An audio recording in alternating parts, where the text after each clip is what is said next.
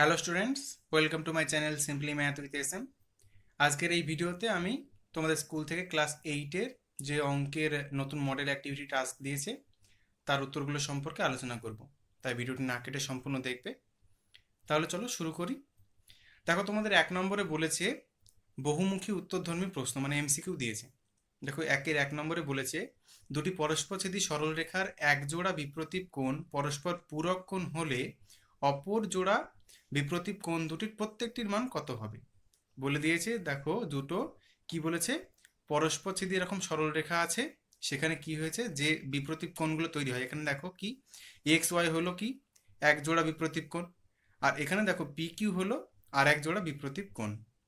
এখানে দেখো বলেছে যে এক জোড়া বিপ্রতীপ কোণ হলো পরস্পর পূরক কোণ। এবার পরস্পর পূরক কোণ মানে কি, সেই কোণ দুটোর যোগফল কত হবে, 90 ডিগ্রি হবে। তাহলে আমি ধরে নিলাম যে এই এক্স আর এই ওয়াই এর যোগফল হলো 90 ডিগ্রি।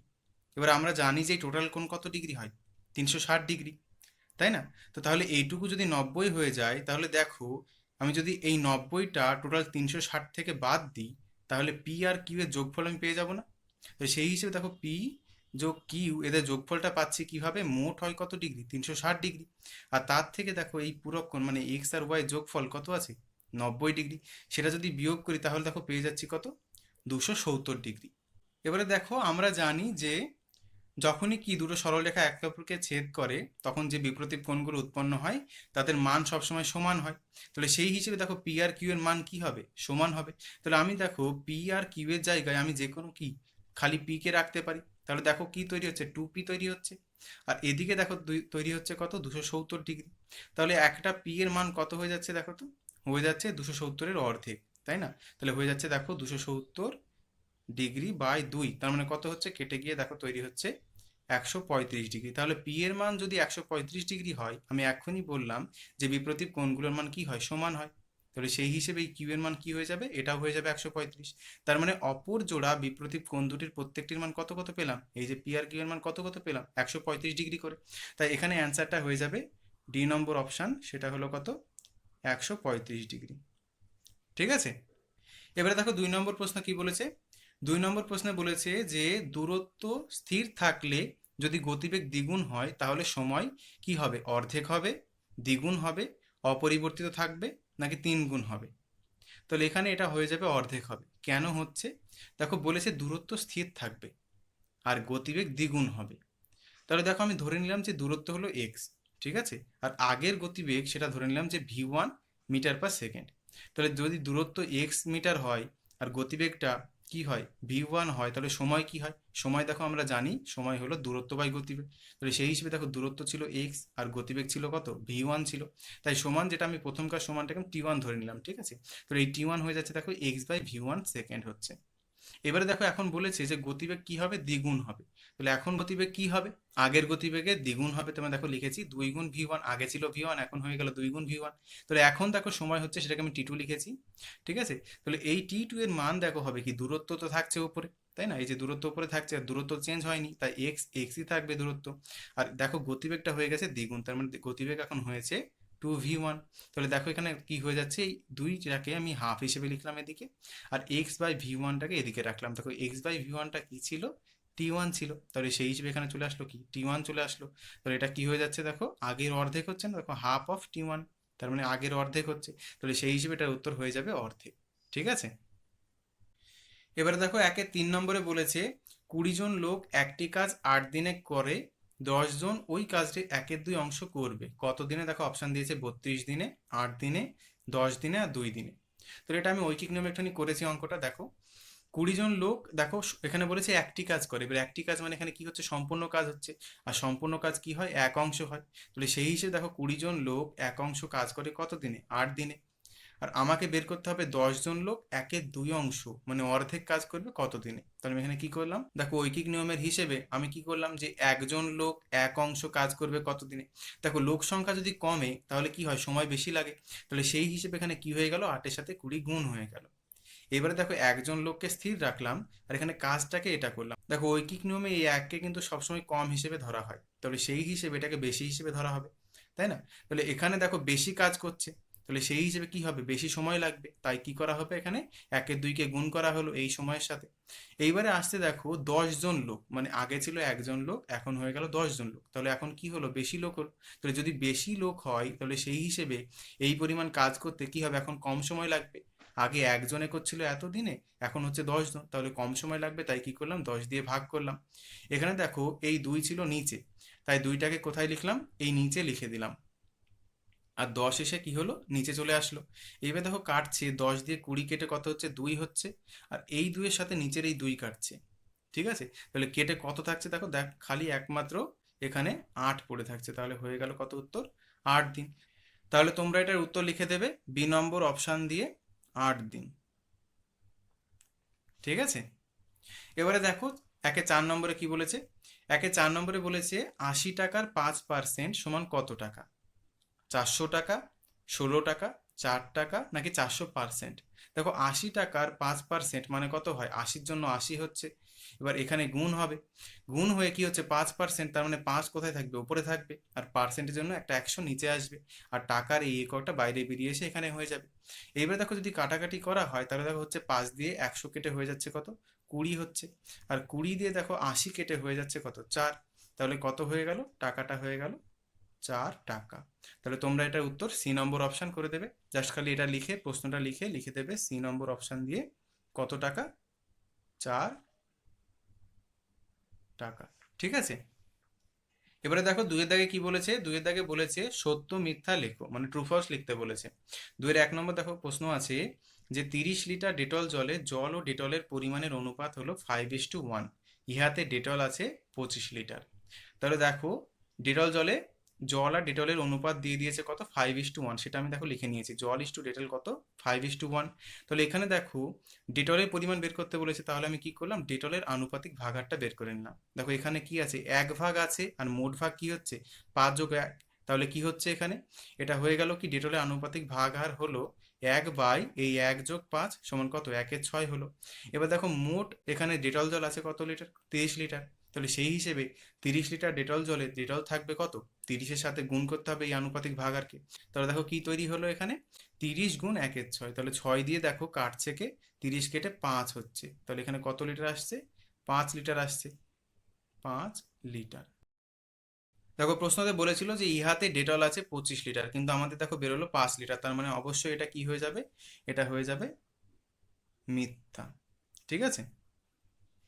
এবার দেখো 2-এ 2 নম্বরে বলেছে 27x³ - 343y³ সংখ্যামালাটি 3x - 7y দ্বারা বিভাজ্য। তো এটা সত্য হবে কি মিথ্যা সেটা লিখতে হবে। দেখো আমি দেখছি এটাকে বিভাজ্য কিনা সেটা দেখার জন্য আমি কি করলাম, দেখো এটাকে লিখে নিলাম যেটা দিয়েছিল অঙ্ক। তো 27x³ - 343y³। এবারে দেখো এইটাকে আমি কি করতে পারছি, a³ - b³ আকারে লিখতে পারছি। কিভাবে, দেখো 3x হোল কিউব যদি লিখে দিই তাহলে হয়ে যাবে, দেখো 3-এর কিউব হিসেবে 27 হচ্ছে, আর x³ হিসেবে x³ হচ্ছে, আর একই রকমভাবে মাইনাস চলে আসলো।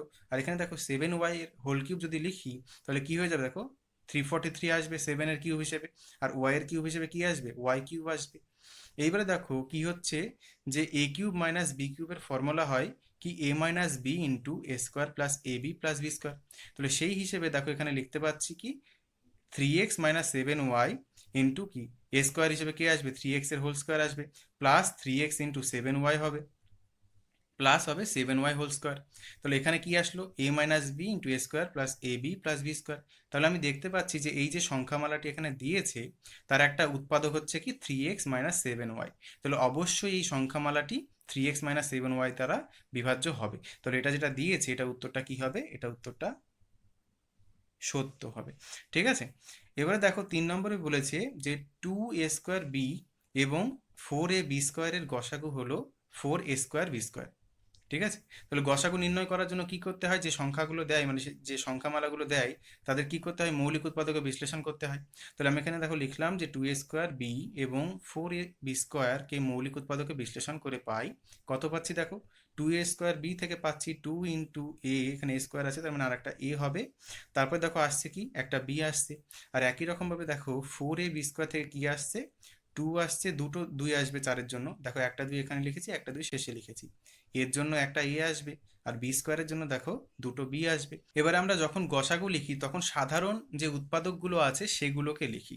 তাহলে দেখো এখানেও দুই আছে আর এখানেও দুই আছে, সেই হিসেবে আমি গসাগুতে কি লিখতে পারবো, একটা দুই লিখতে পারবো।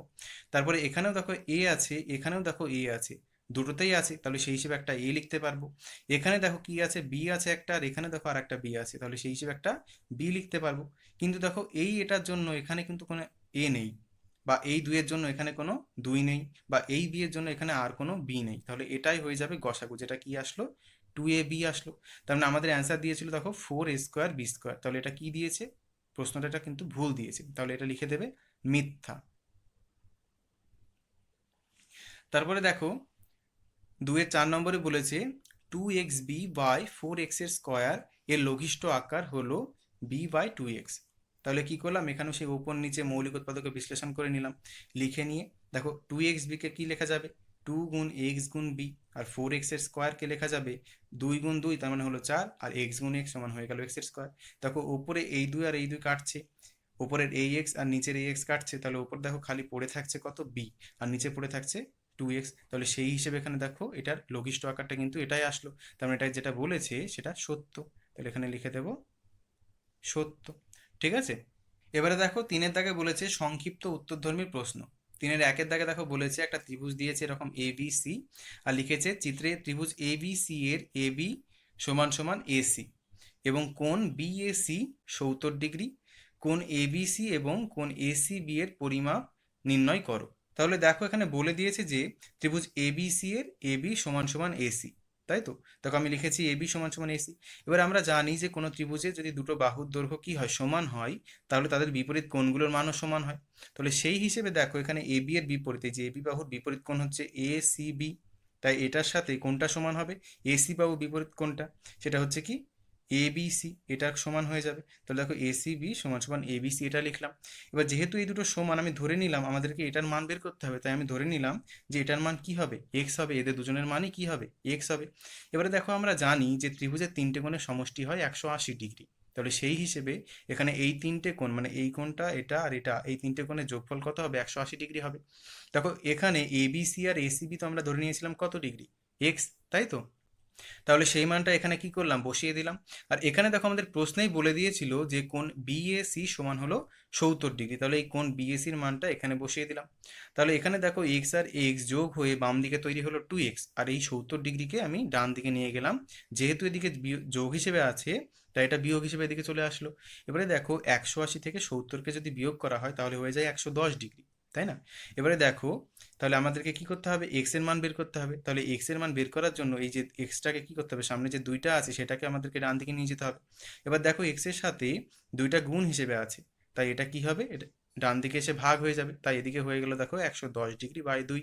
এবার 2 দিয়ে যদি 110 ডিগ্রিকে কাটা যায় তাহলে কত হবে, 55 ডিগ্রি পাওয়া যাবে। তাহলে সেই হিসেবে এখানে লিখলাম কত, 55 ডিগ্রি।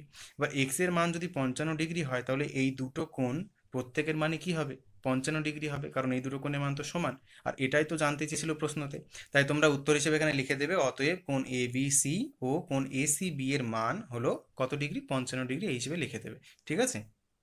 দেখো 3-2 নম্বরে বলেছে দুটি সমান মাপের কৌটায় মিশ্র চায়ে আসাম চা ও দার্জিলিং চায়ের পরিমাণের অনুপাত যথাক্রমে 5:18 এবং 2:3।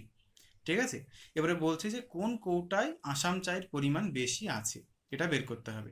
তাহলে আমরা এটা কিভাবে নির্ণয় করব, আমাদেরকে বের করতে বলেছে দেখো আসাম চায়ের পরিমাণ বেশি কার ক্ষেত্রে আছে, তাহলে কিভাবে নির্ণয় করব, এরকম ভাবে লিখবো যে প্রথম কৌটার মিশ্র চায়ে আসাম চা ইস্টু দার্জিলিং চা, দেখো অনুপাত দিয়ে দিয়েছিল 5:18, সেটা লিখে নিলাম। তাহলে এটা যদি অনুপাত হয় 5:18, তাহলে কি হবে, প্রথম কৌটার মিশ্র চায়ে আসাম চায়ের আনুপাতিক ভাগার কত হবে, দেখো আসাম চা ছিল 5 ভাগ, তাহলে সেটা হয়ে গেল উপরে, আর মোট ভাগ হচ্ছে কত, 5+18, সেটা হয়ে গেল নিচে 5+18, তাই না। এবারে দেখো পেলাম কত, তাহলে 5-23 পেলাম। একই রকম ভাবে দেখো দ্বিতীয় কৌটার মিশ্র চায়ে আসাম চা ইস্টু দার্জিলিং চা কত ছিল, 2:3 ছিল। তাহলে একই রকম ভাবে আমরা এখানে বের করব দ্বিতীয় কৌটার মিশ্র চায়ে আসাম চায়ের আনুপাতিক ভাগ আর কত হবে, দেখো আসাম চা ছিল কত ভাগ, 2 ভাগ, আর মোট ভাগ কত, 2+3, সেটা হয়ে গেল নিচে, তাহলে পেলাম কত, 2/5, এটা পেয়ে গেলাম। তাহলে দেখো প্রথম কৌটাতে আসাম চায়ের আনুপাতিক ভাগার হলো 5/23, আর দ্বিতীয় কৌটাতে হলো কত, 2/5। 5, তাই তো? তাহলে আমরা যদি বের করতে পারি এই দুটোর মাঝে কোনটা বড়, তাহলে আমরা বলতে পারবো যে কোন কৌটাতে কি আছে, আসাম চায়ের পরিমাণ বেশি আছে। তাহলে এই দুটো ভগ্নাংশের মাঝে কে বড় সেটা জানবো কিভাবে? সেটা আমরা জানবো একই হর বিশিষ্ট ভগ্নাংশে পরিণত করে এই দুটো ভগ্নাংশকে। দেখো 5-এর 23 আছে আর আছে 2-এর 5, ঠিক আছে? তাহলে একই হর বিশিষ্ট ভগ্নাংশে পরিণত করার জন্য এই ভগ্নাংশগুলোর হরের কি করতে হয়, লসাগু করতে হয়।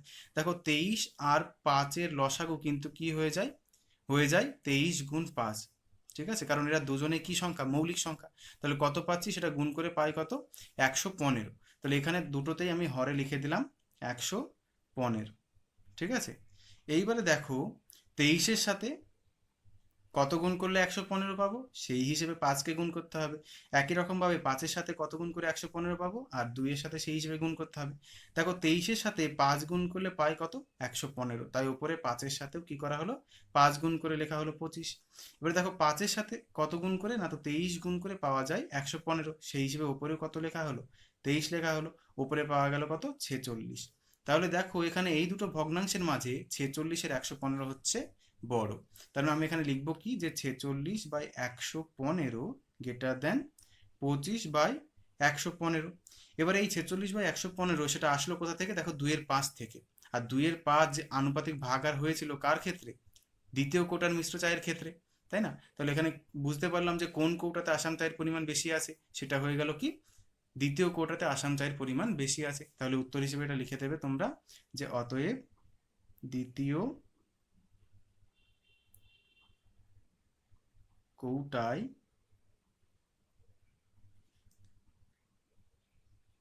আসাম চায়ের পরিমাণ বেশি আছে, ঠিক আছে? এবার দেখো 4 নম্বরে বলেছে যুক্তি দিয়ে প্রমাণ করো যে একটি ত্রিভুজের দুটি কোণের পরিমাণ সমান হলে তাদের বিপরীত বাহুগুলির দৈর্ঘ্য কি হবে, সমান হবে, ঠিক আছে?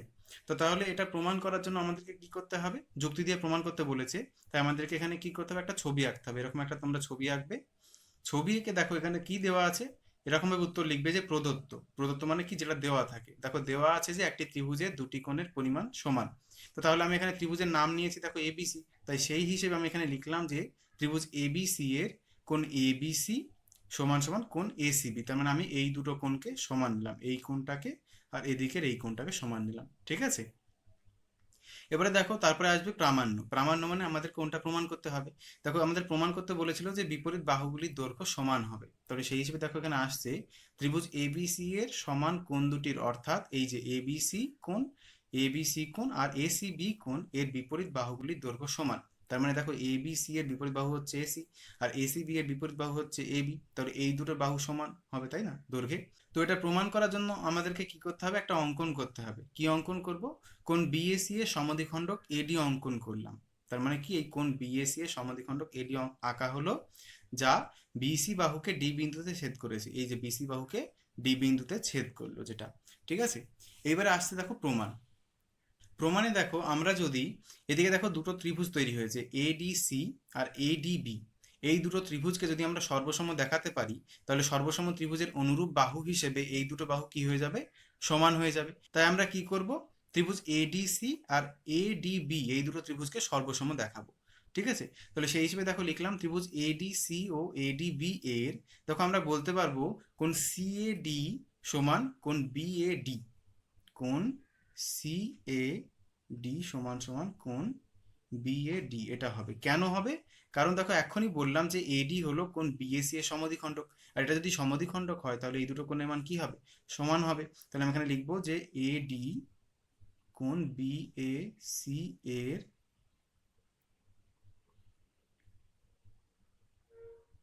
সমদ্বিখণ্ডক, ঠিক আছে? এবারে দেখো এই যে এডি বাহুটা, এটা কিন্তু হচ্ছে সাধারণ বাহু, কারণ দুটো ত্রিভুজে আছে। এডি সাধারণ বাহু, ঠিক আছে? আর আমাদেরকে দেখো বলে দিয়েছিল যে এই কোণটা আর এই কোণটা সমান। তো সেই হিসেবে লিখবো কোণ এসিডি সমান কোণ এবিডি, কোণ এসিডি সমান কোণ এবিডি, আর পাশে এটাতে লিখে দেব প্রদত্ত, কারণ এটা দেওয়া ছিল। তাহলে সেই হিসেবে দেখো আমরা কিন্তু সর্বসমর শর্ত পেয়ে গেলাম। তার মানে ত্রিভুজ দুটো সর্বসম হয়ে গেল। এখানে লিখবো কি, ত্রিভুজ এ ডি সি সর্বসম ত্রিভুজ এ ডি বি। ঠিক আছে, আর কোন শর্তে সর্বসম হলো? দেখো, কোণ বাহু কোণ, তার মানে কি হচ্ছে অ্যাঙ্গেল সাইড অ্যাঙ্গেল, এই শর্তে কি হয়ে গেল? সর্বসম হয়ে গেল। তো যেহেতু সর্বসম এটা হয়ে গেল, তাহলে আমরা কি বলতে পারবো? আমরা বলতে পারবো, যেটা আমাদের প্রামাণ্য ছিল, এসি সমান সমান এবি। এই যে এসি সমান সমান এবি, কারণ এরা এই সর্বসম ত্রিভুজের অনুরূপ বাহু। তাহলে এখানে আমরা লিখবো কি, সবশেষে আমরা লিখে দেবো অতএব এসি সমান এবি, পাশে লিখে দেব প্রমাণিত। আর এখানে পাশে লিখবো যে কি, সর্বসম ত্রিভুজের অনুরূপ বাহু। ঠিক আছে, তাহলে আমাদের এই উত্তরগুলো সম্পর্কে আলোচনা করা হয়ে গেল। ভিডিওটি কেমন লাগলো কমেন্টে অবশ্যই জানাবে। ভালো লেগে থাকলে ভিডিওটি লাইক করবে, বন্ধুদের মধ্যে শেয়ার করবে। আর এরকম নতুন ভিডিও পাওয়ার জন্য চ্যানেলটিকে সাবস্ক্রাইব করে পাশে থাকা বেল আইকনটিকে প্রেস করবে, যাতে পরবর্তী নতুন ভিডিওর নোটিফিকেশন তোমার কাছে যায়। তাহলে আজকে এখানেই শেষ করছি, আবার দেখা হবে পরের ভিডিওতে। আর এই ভিডিওটি শেষ পর্যন্ত দেখার জন্য ধন্যবাদ।